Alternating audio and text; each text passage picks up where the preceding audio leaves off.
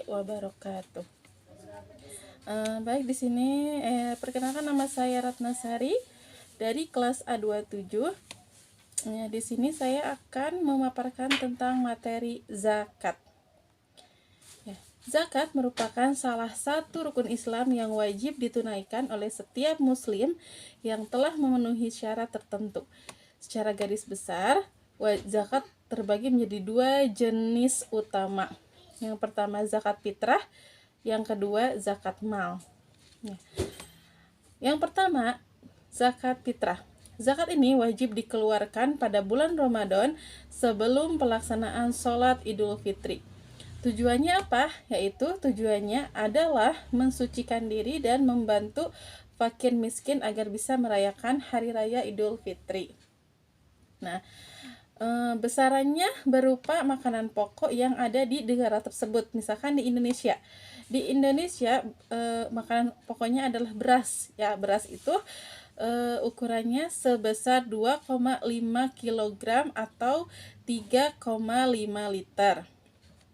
Nah, jika berupa uang setara dengan harga pokok tersebut, misalkan harga berasnya 1 liter itu 12.000, maka bisa dikalikan dengan bisa disesuaikan dengan 3, liter beras itu menjadi sesuai harga beras ya, jika disetarakan dengan uang.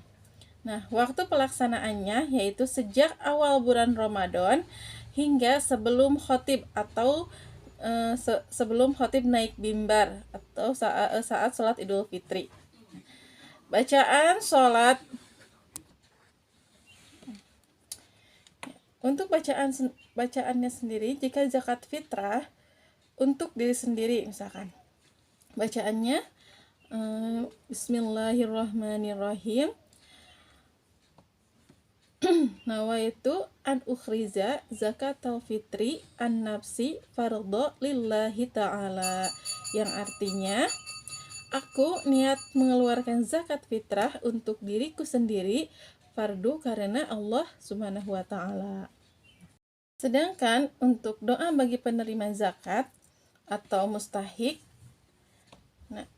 doanya yaitu bisa doa simpel yang jazakallahu khairan katsiro, atau ada lagi doanya Bismillahirrahmanirrahim, ajarakallahu fima ataita wa baraka fima abqaita wa ja'alahu laka takhuro, yang artinya sesungguhnya Allah memberikan pahala atas apa yang telah engkau berikan, memberikan berkah atas apa yang masih engkau simpan, dan menjadikannya pembersih bagimu. Shadaqallahul azim.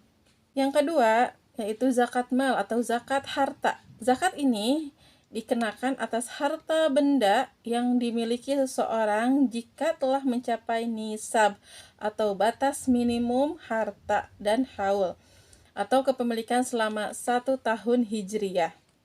Nah, jenis harta yang wajib dizakati antara lain yaitu emas dan perak, uang simpanan atau uang tabungan, hasil perdagangan dan bisnis, hasil pertanian dan peternakan, serta yang terakhir penghasilan atau profesi atau disebut zakat penghasilan.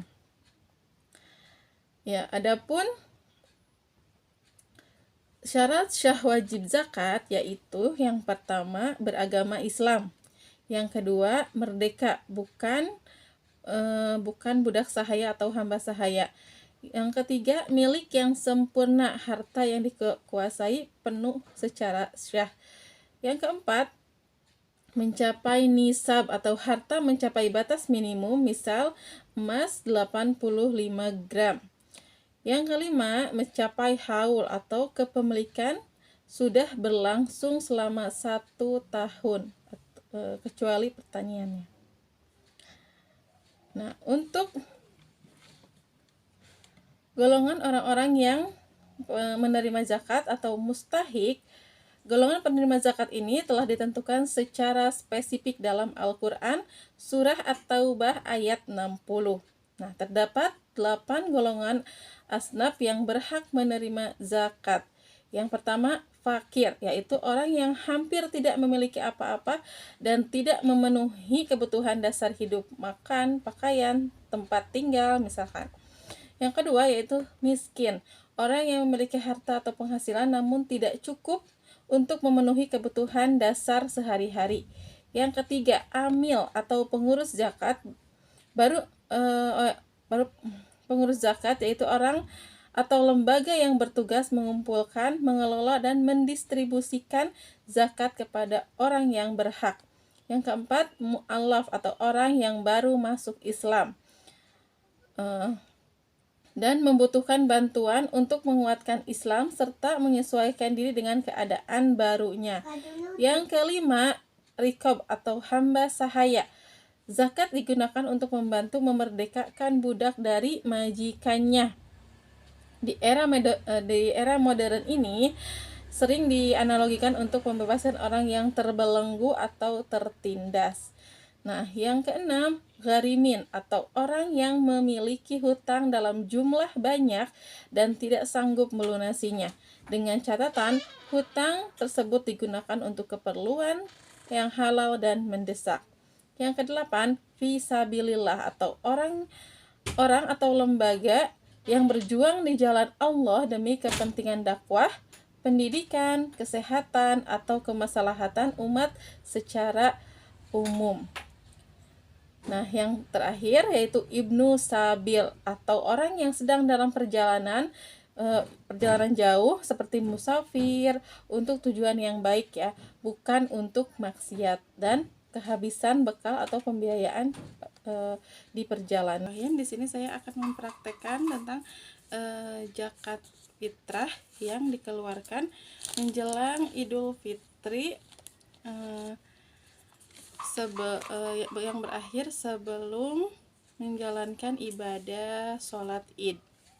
Nah, di sini ukurannya sekitar. Nah, di sini saya akan mempraktekkan bacaan mengeluarkan zakat fitrah.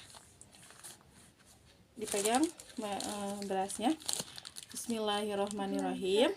Ikutin bismillahirrahmanirrahim. Bismillahirrahmanirrahim. Nawaitu an ukhrija zakatal fitri an nafsi fardhu lillahi ta'ala. Nah, iya udah, sadaqallahul azim. Nah, bagi penerimanya membaca dengan bacaan jazakallahu khairan katsira atau doanya ada azharakallahu fima a'taita wa baraka fima abqita wa ja'alahu laka tahura.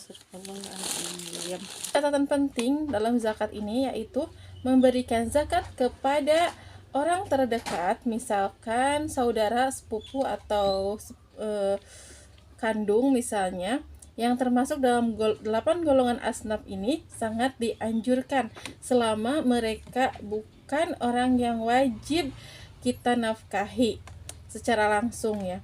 Hal ini karena ada 2 pahala di dalamnya, pahala zakat dan pahala menyambung silaturahmi.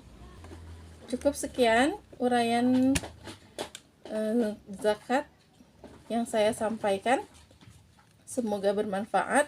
Wassalamualaikum warahmatullahi wabarakatuh. Mohon maaf jika masih banyak sekali kekurangannya.